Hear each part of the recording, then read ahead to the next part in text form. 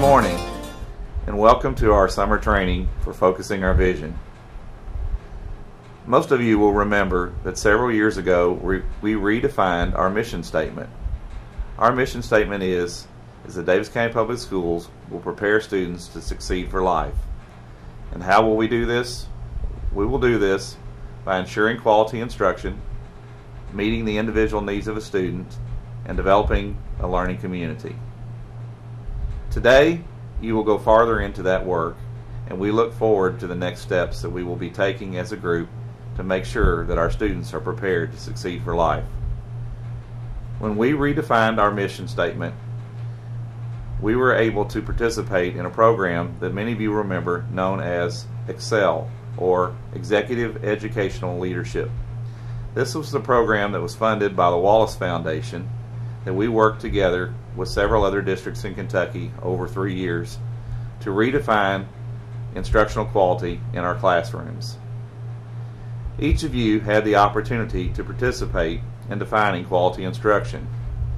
We did this by asking each of our teachers to define characteristics of quality instruction around the new 3 R's of rigor, relevance, and relationships. We synthesized all of this data and came down to the basic learning walk tool that we have been using over the last few years in our district. Simultaneous to this work of defining quality instruction, we brought together focus groups and asked those groups, what do you believe our students need to know and be able to do? We had respondents from the business community, from post-secondary education, current students, former students, some of our staff, and many others who participated in this exercise. These focus groups told us that students needed to be able to think critically, solve problems, communicate both orally and in writing, and to be able to work in teams. This simply told us what we already knew, that we had to continue to focus on changing the way that we taught students. It wasn't about what we were teaching students, because we certainly have done well at providing strong instruction to make sure that our students knew the content. But we had to change the way we taught in order to meet the needs of the students for the 21st century and in order to prepare those students to succeed for life. From all of this work that we did together, we were able to develop the Learning Walk tool. Many of you will remember when our administrators initially began doing learning walks through the classrooms to observe these attributes of quality instruction that you had defined. We followed this up by allowing each of you to participate in these learning walks. And as teachers walked into other classrooms, what we learned was that this was much more valuable. These opportunities to collaborate and to see each other teach would certainly improve the quality of instruction. We wanted to focus on collaboration because we know that traditionally and typically education is a culture of isolationism. Many times we simply send a teacher to a classroom, put them in with their students behind the 4 walls, and say teach. For opportunities of growth and development and improving what we do, we must make sure that teachers have the opportunities to collaborate. So that's why we're here today. Each of our schools has had at least one core team who have participated in training in professional learning communities. We realized very quickly, though, that all of you needed this training, and that's why we're here today. A professional learning community creates an opportunity to implement all of the strategies that we are working through in focusing our vision. It will allow teachers the opportunities to collaborate and work together to improve the quality of instruction in their classrooms and to make sure that students are prepared to succeed for life. We know that this training will be valuable to you, and we know that this will allow many opportunities for you to share and to grow throughout this next school year. But today we look forward to introducing this subject to you and for you to have the opportunities to share with your team and with others and to learn just how to start a PLC and develop it so that we all can become better educators and better prepared for our students. Thank you for your time today. Please take the opportunity to ask questions that you have, and please make sure that when you go back to your school that you're prepared to be part of a professional learning community, because we all know we want to prepare students to succeed for life. After listening to what he just had to say, I'm going to get our PowerPoint up here in just a second. But I want to ask you a question, and I want you to be reflective of this. First of all, solo, and then I'm going to ask you to reflect on this question with a partner right at your table. I was in one of those educational stores, you know, where you can buy all those great things for your kids in your classrooms and the posters and all that kind of stuff. And I saw this poster that says, "College starts in kindergarten." I want to know what you think about that. I want to know what you believe about that.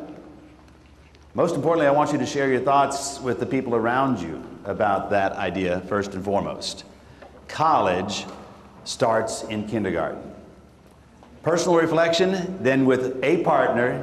What do you think? You agree? Do you disagree with that? Does it make sense? Does it not make sense? But let's be reflective for just a second while I put the PowerPoint back up. All right. So I'm going to throw my hand in the air just as a signal to start winding down your conversation. I'll be respectful of the fact that you are having one, so you don't have to immediately stop. Just kind of wind it down and don't start a new one, and we'll come back together. That will be our signal throughout the day. My workshops and the stuff I do, they are designed to be interactive. They are designed for you to have time to stop and reflect. I grew up with this idea as a principal in my career, 21 years as a principal in Springfield, Missouri. I believe that when we could stop for a moment and reflect, we were much more likely to learn.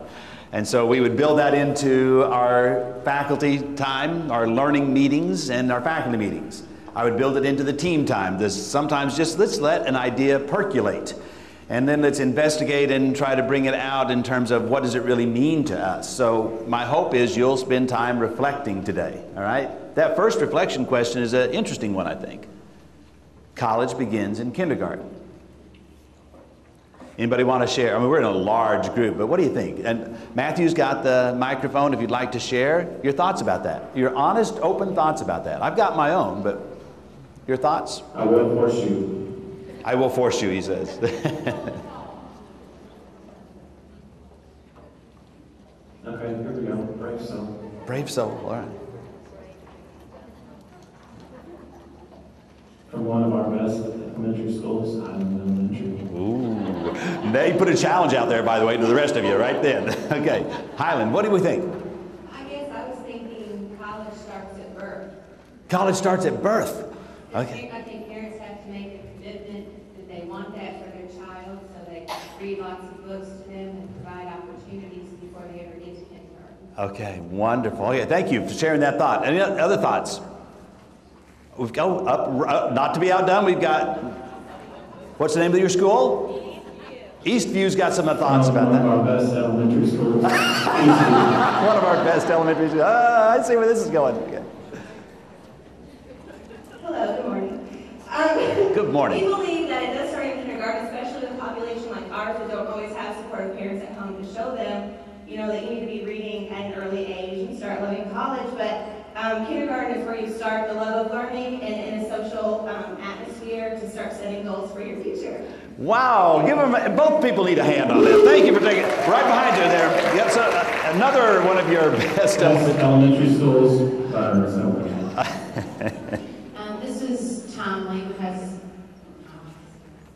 This was timely because yesterday I was watching Good Morning America, which today I'm not, but guess where we are today? Good morning, America. There we go.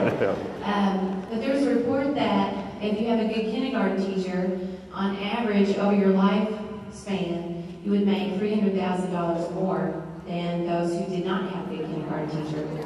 Woo! Stand up, kindergarten teachers. Stand up, kindergarten teachers. We need to see you. Stand up. Stand up if you're a kindergarten teacher. Stand up if you're a kindergarten teacher. There we go. Yes! All right, this side of the room. One of our best elementary schools. Sorry. Let's talk about kindergarten. Let's not forget preschool. Hey! Yeah. Absolutely. Good deal.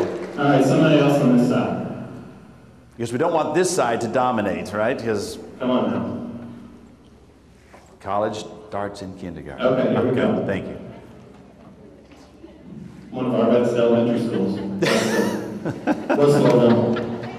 Oh my gosh, I just screwed up. What's Louisville? Thank you, Matthew. We just said the same thing these people did, that it starts very early in life, way before they come to school, and the parents set the expectations for college. Okay. Wonderful. Thank you. Give him a hand. Everybody a hand, please. Here we go. And